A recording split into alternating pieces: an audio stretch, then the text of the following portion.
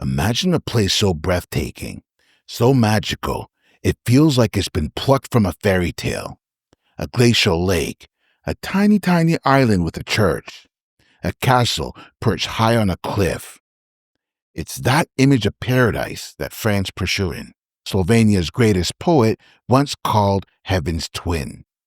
But what if I told you that in this picture-perfect setting, there's a secret, a sweet, creamy, delightful secret that makes this whole experience that much more unforgettable?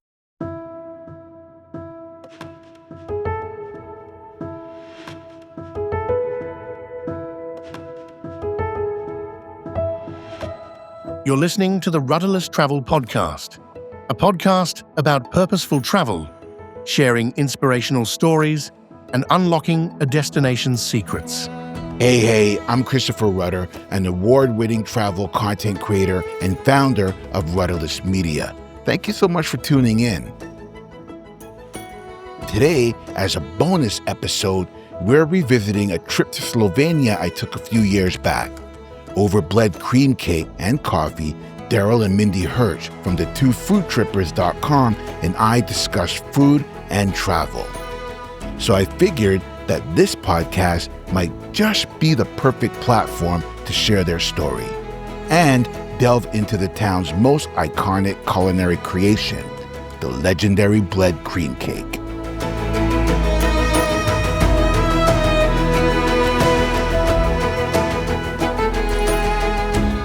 But first, what and where is Bled, Slovenia?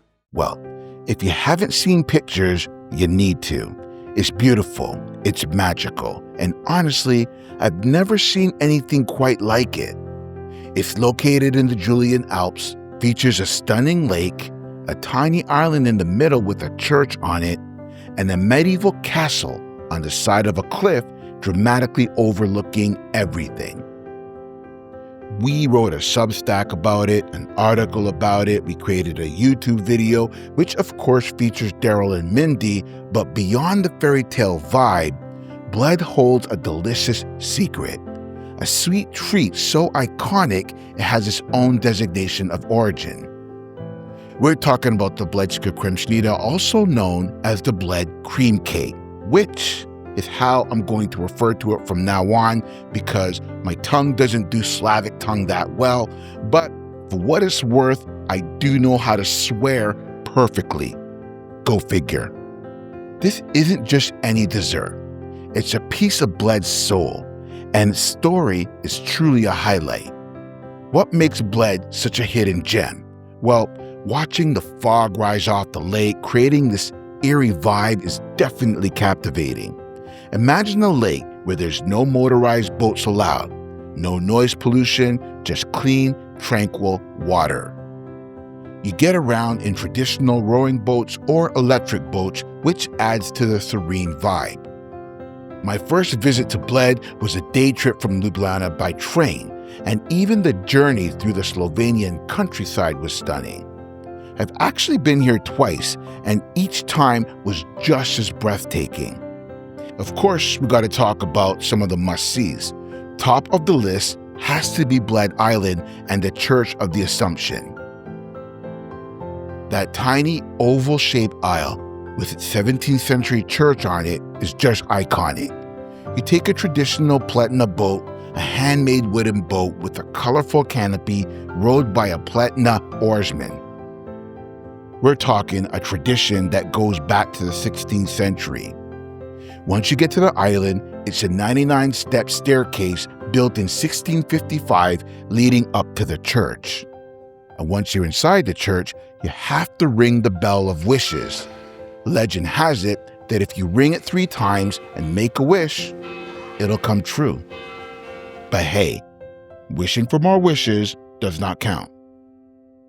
Then there's Bled Castle, Slovenia's oldest castle, dating back to 1011. It's a medieval castle perched precariously at the edge of a cliff that offers absolutely spectacular views.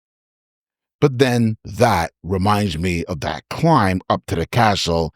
It's a steep one, about 15 minutes or maybe 30 minutes if you're me, My advice, drink beer after the hike, not before. But if you're fit and want those postcard perfect photos, you've got to hit the viewpoints like Mala Osojnica and Odstrika. Just 4 kilometers away is Vintgar Gors, a natural monument with boardwalks and bridges winding through it, leading to a 13-meter high Shum waterfall. It's an easy family-friendly trail. Around the lake, you can cycle, you can walk the 6-kilometer circumference, which for me was all about closing those rings on my Apple Watch and being able to justify more beer and cake. Bled is also hugely successful when it comes to rowing, with 6 Olympic medals and 50 World Championship medals. Plus, there are thermal springs and pools in some of the hotels, adding a unique wellness aspect.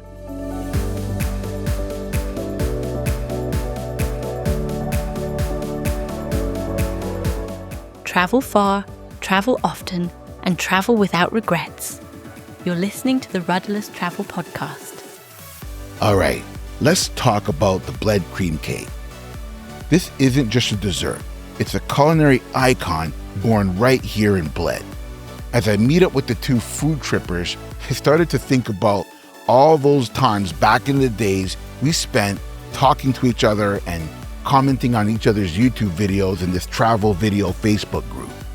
I had the absolute pleasure of sitting down with them at the Park Cafe, right where the original cream cake is served, and we started talking about that Facebook group. We love your voice. We love it. Oh, yeah. It's It's the whole bit. Oh, We yeah. can close our eyes and watch your video.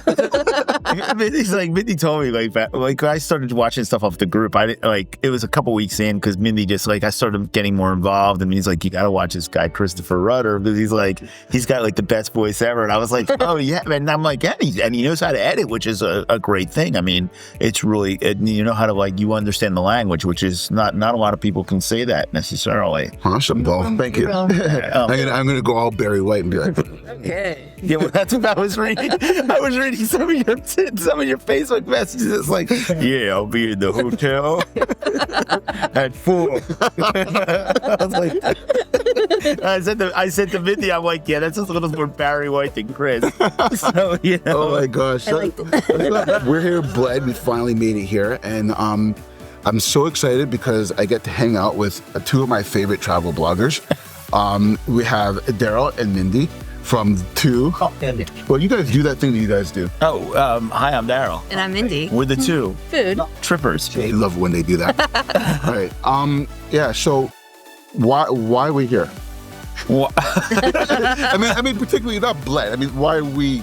why are we here? We're here in this place. okay. So we were in Zagreb for a couple months, and our friend said if you're gonna go to Lake Bled, you gotta have this. This is like this. It's The Lake Bled. I see it, Kremna Rezina.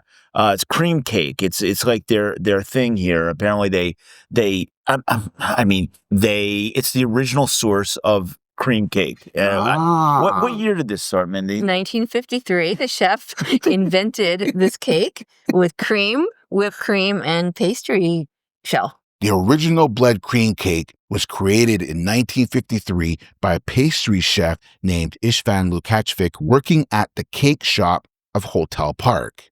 He was inspired by a Vojvodina cream cake, and from that moment, a legend was born.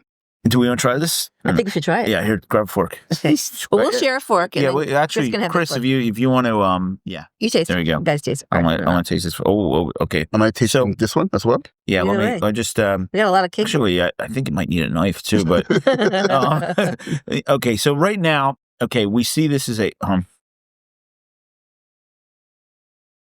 do like that. I hope so. I try. It's all right.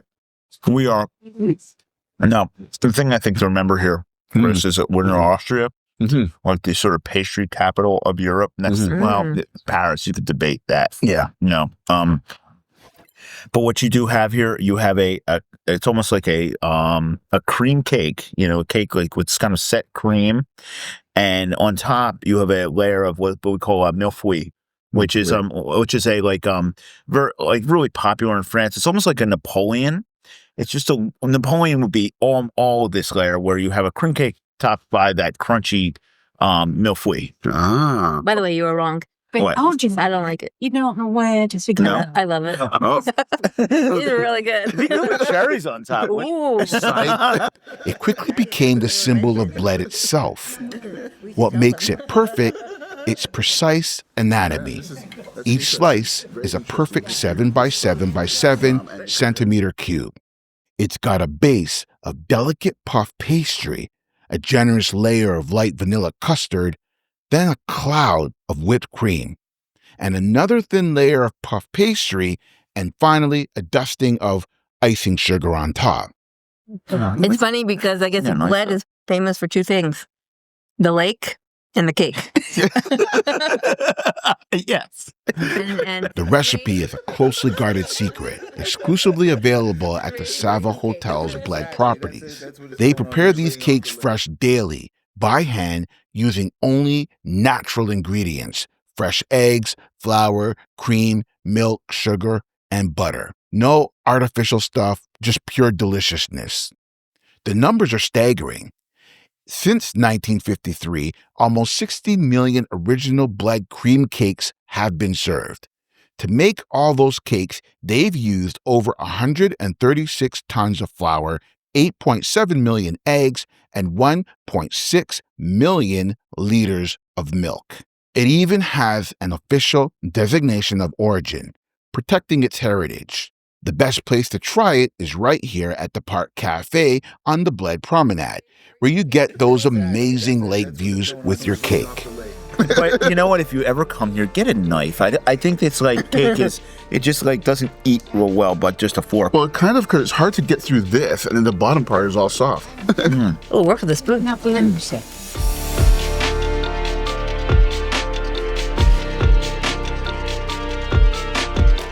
His voice is so buttery smooth, it's like listening to a bedtime story. So tell us a little bit about the two food trippers in your blog. Okay. We started it back in 2012. We decided to take a big plunge in early 2016 by going on the road. And we have been nomadic now for, it's been about, 17 months? Something like that. Yes. Yeah, Wow, fantastic. We're from Philadelphia, Pennsylvania. I've been involved in food for a long time. Mindi and I, really, we've been married for over 10 years now. We met over a love for food. Really, But don't mind me, keep talking. oh yeah. we met, we actually met at an Oscars party. Oscars party? I mean, we love movies too. I mean, food, movies, all that goes together. So, on our way home, just to give you the food piece, because there was another story that kind of like how we met, but to give you the food piece of the story, we were walking home and like, I had been going for work. At the time I had been doing a lot of like, career work and stuff. I'm also like, I was a musician at the time doing lots of stuff like that. And I used to go to New York a lot. You know, I used to work in New York and like, I'm like, yeah, tomorrow I'm going to go get a bagel in New York. And she's like, New York bagel. And like from there, it was it kind of, we found out, that she likes the bagels up in the Upper East Side. That's where she lived. And I like the bagels down in the Lower East Side because that's where my brother lived. And it was a different So we met in the middle. Yeah, exactly. Wow. Wow, that's fantastic. So we've been, we started the blog, focused on both food and travel. We love both equally. So that's what we do. We travel around, we eat, we travel. Yeah, we eat and travel. Exactly. Yeah. But, I know. yeah, can you tell I watch all their videos? The funny part is, we never really, I think we had some very fine meals and stuff, but I think once we got into the blog, we're like, okay, we would never go to such and such like expensive, like world-class restaurant. We got the blog now. So now it's an excuse. It's like, I think it was like on our first blog trip, we went to a Michelin 3-star restaurant in Burgundy. It was nice. one of the best meals we ever had.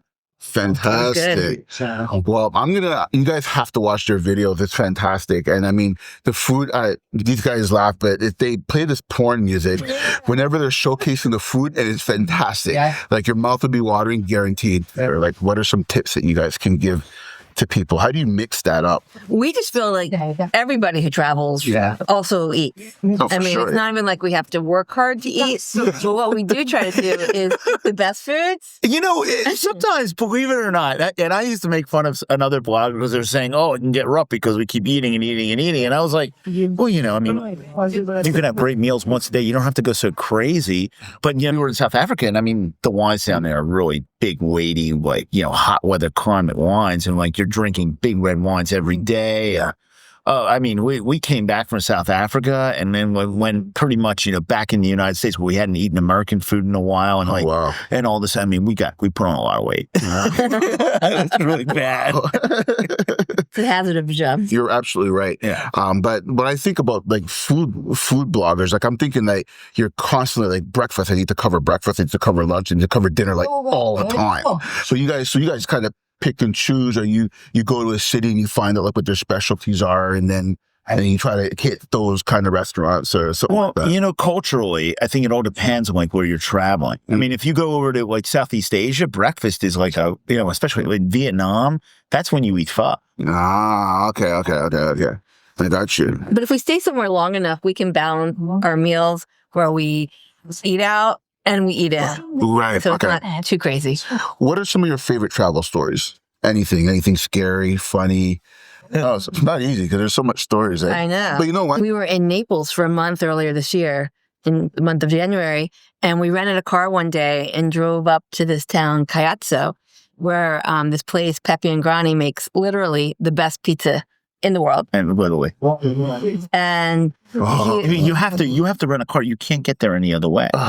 Yeah. And so we had the most amazing pizza meal there, multi-courses, like amazing. And it'll always stay with me that Pepe, the chef, came over and pinched my cheek like that and fed me pizza. It's all yeah. Wow. So we were in China. And we were walking down the street in China, and a Chinese woman in a motor scooter was like riding down and literally ran into me. And I nearly fell into like a 6-foot gully. And like I somehow, like, I don't know how I did it. I jumped over this gully, and it's funny now that you didn't hurt yourself. Oh my gosh. Yeah, exactly. It was crazy. Wow. Yeah. What are your top 5 travel rules that you have? We have some rules, yeah. One is always, and these are great rules because we don't always follow them. Of course, they're amazing rules. One is, if you're on the road, and you think that you're like getting close to being empty, it's like sort of a quarter tank or whatever it is on the road, you fill up. Yeah. Just don't even think about it. Just fill up, because you never know where the next gas station's going to be. And similar to that, rule number 2, when you leave a restaurant, whether or not you really need to, visit the restroom. Oh. Because you never know when you find the next one.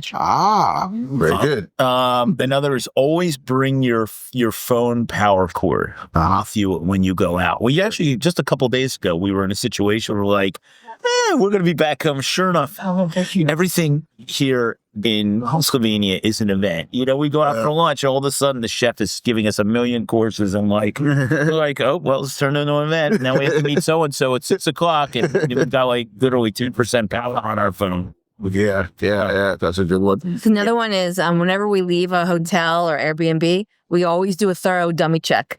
Yeah. Because we've lost a few things along the way, and we really don't want to lose anything Dummy else. check, idiot check, there's, a room check, whatever you want to call it. But you will, if you travel as much as we've traveled, you are going to lose things along the way. I just lost my jacket a couple months ago. Wow. Which, it was June, so I'm like, it's an old jacket, the zipper's broken, I don't really care. There was nothing in it, I'm okay. Yeah. But now, I'm like, I can use my Yeah, I need my jacket now. I picked up this jacket in Toronto at Rude. Oh. So it's like from your hometown. Wow. I thought I recognized. She loves the sweats. It's like a big thing. Anyway, so well, this one is a little secret of ours. And when we're selecting an Airbnb apartment, we in addition to looking at the different neighborhoods, we look at where the best coffee shops are. Yeah. And that's kind of the neighborhood we want to be in. So what are your top 5? Or you don't have to give 5, just some hacking tips that you guys have. Well, we try to put as much as we can on our Visa Sapphire, our Chase Sapphire card, because we get a lot of miles that way. And we actually use those miles to fly from Stockholm to Chiang Mai for free. And we pretty much do all of our long haul flights with miles. You can negotiate with Airbnb. Yes. And also you want to check the internet. We were getting better and better now at understanding how much usage we have. If you go to someplace like South Africa, for example, they actually have internet caps. So even on Wi-Fi, so you'll be like, we actually found out that we use 400 gigabytes of internet a month. 400 gigabytes? 400 gigabytes, yeah. Between all the YouTube video, you might use as much too. Yeah. Between all the YouTube videos and all the downloads, watching HBO, we're watching all these different things that are going on. I mean, it's that actually makes sense. Yeah. But you know what? It's a good point because I don't think about that because I have unlimited. Yeah, so I'm just doing whatever, right? But when you're not at home, then now you got to kind of think about that stuff. That actually makes sense. Where are you guys off to next? Oh, I like these questions. It's fun. Well, I have one about what's your most prized souvenir, right? But see, you guys are nomads, so it's a little bit I know what the most prized souvenir is. Which one?